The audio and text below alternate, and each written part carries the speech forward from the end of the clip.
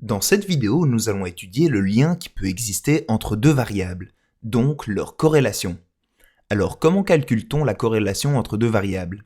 Eh bien, avec notre coefficient de corrélation que l'on écrit R. Et la formule du coefficient de corrélation, c'est notre grand xi fois grand yi divisé par la racine de grand xi carré fois grand yi carré.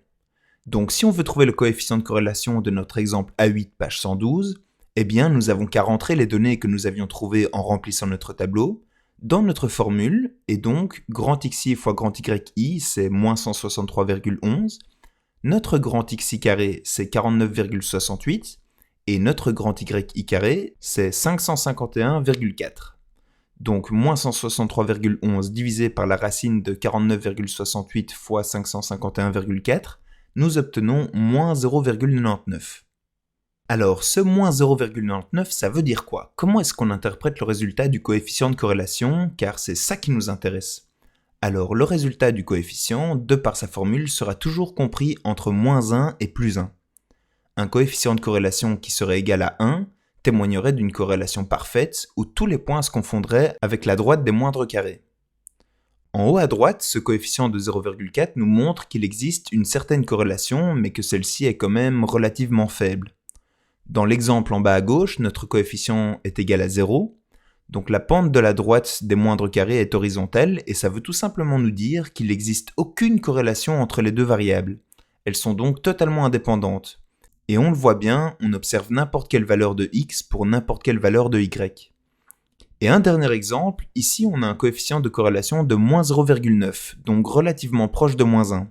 Et ça veut donc nous dire qu'il existe une très forte corrélation entre les deux variables, mais que celles-ci sont opposées. Donc plus les x seront grands, plus les y seront petits et inversement. Donc on parle de corrélation négative. Donc vous l'avez compris, si notre coefficient de corrélation est égal à 0, alors on parlera de corrélation nulle. S'il est égal à 1, alors on parlera de corrélation parfaite. Et s'il est égal à moins 1, alors on parlera de corrélation négative parfaite. Donc plus notre coefficient tend vers 1, plus il existe un lien positif entre nos deux variables. Par exemple, on pourrait imaginer qu'on ait étudié la relation entre la température extérieure et la vente de glace. Eh bien, il est facile d'imaginer qu'au plus il fait chaud, au plus il y aura de glace vendue. Donc dans ce cas, notre coefficient de corrélation tendra sûrement vers 1.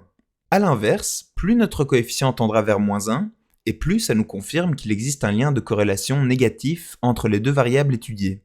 Par exemple, si on compare le prix du pétrole avec les ventes automobiles, eh bien on imagine facilement que plus le prix du pétrole sera élevé, moins il y aura de voitures qui se vendront.